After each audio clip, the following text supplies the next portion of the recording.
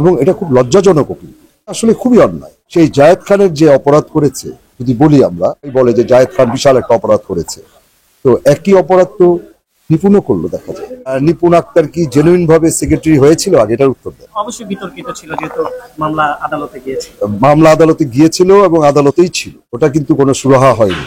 ওখানে বসার কথা হলো সাইমনের, তাই না? এজিএস ছিলেন, হ্যাঁ, তিনি এজিএস যে ছিল তাকে ওখানে বসার কথা, সে তো বসতে পারেনি। সাইমনের হয়তো কষ্ট আছে, যে কারণে সাইমন পদত্যাগ করেছে। এর আগেও তো অনেকবার নির্বাচন করেছি, যেমন আমি মাহমুদ কলি ভাইয়ের সাথে নির্বাচন করেছি, তখন পাশ করেছি। তখন আমি প্রথম নতুন এসেছিলাম, তখন আমি মানে চিন্তাই করা যায় না, প্রচুর ভোটে পাশ করেছিলাম। তারপরে আহমেদ শরীফের সাথে দাঁড়ালাম পরের বার, তখনও পাশ করেছি। এরপরে আমার অনেক বছর গ্যাপ ছিল, প্রায় 10-11 বছর বা 12 বছর গ্যাপ ছিল। এরপরে এসে দাঁড়ালাম তখন জায়েদ খানদের সাথে, তখনও পাশ করেছি। তো আমি তখন পদত্যাগ করেছিলাম, একটা ঝামেলা হয়েছিল, এর জন্য আমি পদত্যাগ করেছি। তারপরে তো দুবার ফেল করেছি, এটা সবাই জানে, একবার মৌসুমীর সাথে, আরেকবার নিপুণের সাথে। আর আসলে ইলেকশনের অনুভূতিটা হলো কি, এটা প্রচন্ড আনন্দ মুখর একটা জিনিস আমাদের জন্য। সবচেয়ে বড় কথা, এখানে নিপুণের সাথে করলেই যে আবার ডিপজলের সাথে করা যাবে না, এমন কোনো শিল্পী সমিতিতে এরকম কোনো আইন নাই। কারণ এটা কোনো রাজনৈতিক দল না, আমরা শিল্পী সবাই এক। আমরা এর আগেও তো ইলেকশন একজন এক প্যানেলে করেছে, পরের বাবার আরেক প্যানেলে করেছে, এটা বরাবর হয়ে আসছে, এটা নতুন কিছু না। এখনকার প্রজন্মের যারা কমেন্ট করে তারা হয়তো জানে না এটা, তারা হয়তো ভাবে এটা আওয়ামী লীগ, এটা বিএনপি। আসলে শিল্পী সমিতিতে কোনো বিএনপি আওয়ামী লীগ নেই, এখানে একটাই জাত, শিল্পীর জাত। এখানে কি কে কোন রাজনীতি করে এটা নিয়ে কিন্তু আমাদের আলোচনাও হয় না। আর এখন যারা আলোচনা করে, আমি মনে করবো এটা তাদের হীনমন্যতা, মানে শিল্পীদের মধ্যে একটা ভাগ করে দেওয়ার চিন্তা ভাবনা, এটা হওয়া উচিত না। কিছু জিনিস অন্যায়ভাবে যখন হয়, তখন আরেকজন মেনে নিতে পারে না। এটা আপনারা সবাই জানেন যে কিছু কিছু জিনিস তো অন্যায় হয়েছে, তা তো অস্বীকার করার কোনো জোর নেই, তাই না? কোর্ট যেটা ডিসিশন দেয়নি সেটাকে কেন মেনে নিব? আমি এর চেয়ে বেশি আর কিছু বলবো না। আর যখন কোর্টের রায় কমপ্লিট হয় নাই, কোর্ট যখন এটা পেন্ডিং রেখেছে, তখন যদি কেউ চেয়ারে বসে যায়, তাহলে অন্য দলের তারা কি আসার কথা? তারা কি মানে বেআইনি কাজটা মেনে নিবে? ওরা যদি চলে আসে সবাই, তাহলে তো বেআইনি জিনিসটা মেনে নেওয়া হবে। হ্যাঁ, সেই পজিশনটাও বিতর্কিত হল। আসলে খুব দুঃখজনক। ঠিক, ওরা চাঁদাও দিয়েছে, 24 পর্যন্ত ওদের চাঁদা দেওয়া আছে। এই সময় ওদেরকে ভোটার থেকে বাদ দেওয়া, সমিতি থেকে কিন্তু বাদ পড়েনি, মানে ভোটার থেকে তারা বাদ। এই জিনিসটা উচিত হয়নি আসলে, কারণ একটা মানুষকে কষ্ট দিয়ে লাভ কি? 3টা ভোটই তো, তাই না? 3টা ভোটারকে তাদের ভোট অধিকারটা খর্ব করা হলো। এটা তাদের মনে কতটা কষ্ট, তাদের কতটা দুঃখ এবং কতটা আঘাত তারা পেয়েছে, একমাত্র তারাই ভালো বলতে পারবে।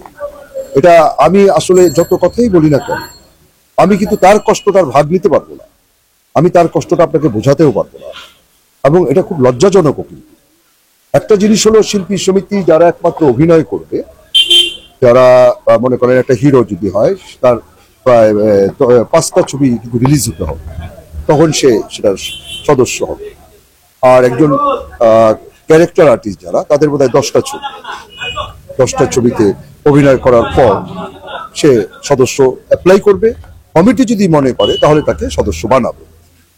আর না হলে, যেমন মনে করেন ফাইটের ছেলেরা, তারপরে মনে করেন নাচের ছেলেরা, এরাও কিন্তু সদস্য, তাই না?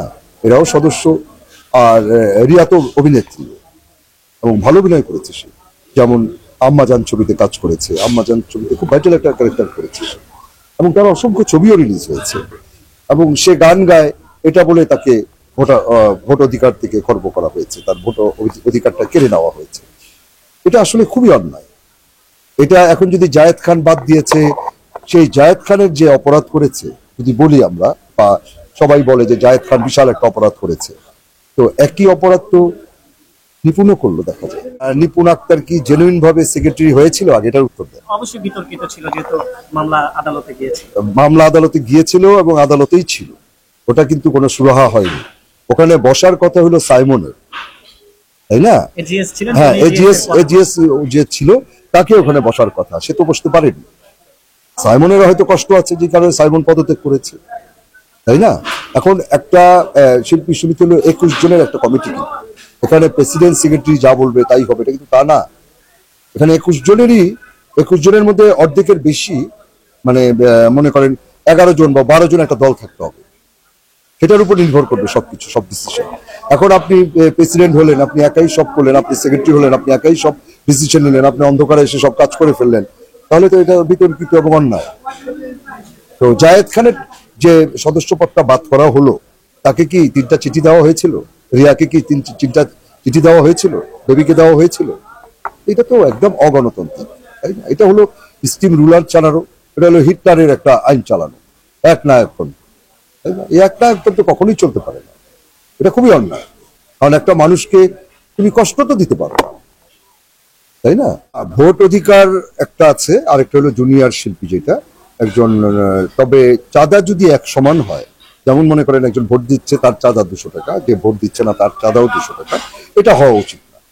কারণ যে ভোট দিবে তার চাঁদা তাহলে বাড়িয়ে দেওয়া হোক। যদি শিল্পী সবই সমান হয় তাহলে চাঁদাটাও তো সব সমান, তাই না? কিন্তু যখনই আপনি সিনিয়র জুনিয়র বলবেন, যে একজন ভোট অধিকার থাকবে আরেকজনের ভোট অধিকার থাকবে না, সেও শিল্পী সমিতির সদস্য, তাহলে ভোট অধিকার যারা থাকবে তাদের চাঁদাটা বাড়িয়ে দিতে হবে। এটা হলো আমার কথা, এটা বোধহয় শিবা শানুও বলেছে, আমি শুনেছি বোধহয় শিবা শানুও বলেছে। তো এই যে হয় চাঁদা বাড়িয়ে দেওয়া দিয়ে আলাদা করা হোক, তাই না? কিন্তু এইভাবে উনি জুনিয়র শিল্পী, ওনাকে বের করে দিতে হবে, করতে হবে। হ্যাঁ, শিল্পী সমিতিতে কিছু আইন আছে, কিছু কনস্টিটিউশনে কিছু ব্যাপার আছে, ওগুলো নিয়ে আমি এই মুহূর্তে কথা বলবো না। হয়তো এখন মনে করেন বেবিকে বের করে দেওয়া হয়েছে, ভোট অধিকার হরণ করা হয়েছে, রিয়ার হরণ করা হয়েছে, তারা হয়তো চিন্তা করেছে যে এরা কেস করতে পারে, কেস করলে এটা পেন্ডিং হয়ে যাবে, তাহলে ওই যে নিপুণ সেক্রেটারি আছে, সেক্রেটারি থেকে যাবে। আমার কাছে খুব অবাক লাগে এই চেয়ারটার মধ্যে আসলে আছে কি।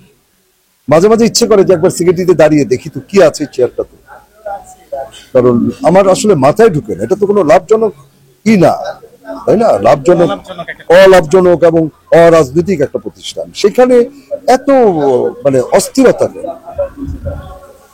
আমি আসলে এটা বুঝি না, আমি এখনো বুঝি না এটা। হয়তো এবার কমিটিতে আসলে আমি বোঝার চেষ্টা করবো। আমি কখনো এটা নিয়ে খুব একটা মাথা ঘামাই না, কারণ আগেও যখন আমি ছিলাম ওই মিটিং হলে আসতাম, মিটিং শেষ করতাম, চলে যেতাম, এটা নিয়ে কখনো মাথা ঘামাইনি। কিন্তু এবার একটু মাথা ঘামাবো, যদি আমি পাশ করে আসি। এটার মধ্যে আছেটা কি? আসলে নিলে লাভ নেই তো, কিছু হবে না তো। এটা তো একটা টাইম আছে, ওই টাইমটা যখন পার হয়ে যায় তখন আর এটা আর কিছু করার থাকে না। কারণ এখন তো ভোটার তালিকা টাঙ্গিয়ে দেওয়া হয়েছে, আর ইলেকশন কমিশনের হাতে তো এটা নেই, এটা তো হলো প্রেসিডেন্ট সেক্রেটারির হাতে, কমিটির আগের কমিটির হাতে। কমিটি যেটা জমা দিয়েছে সেটাই, সেই অনুযায়ী হবে, এটা নিয়ম, এটা কনস্টিটিউশনে আছে।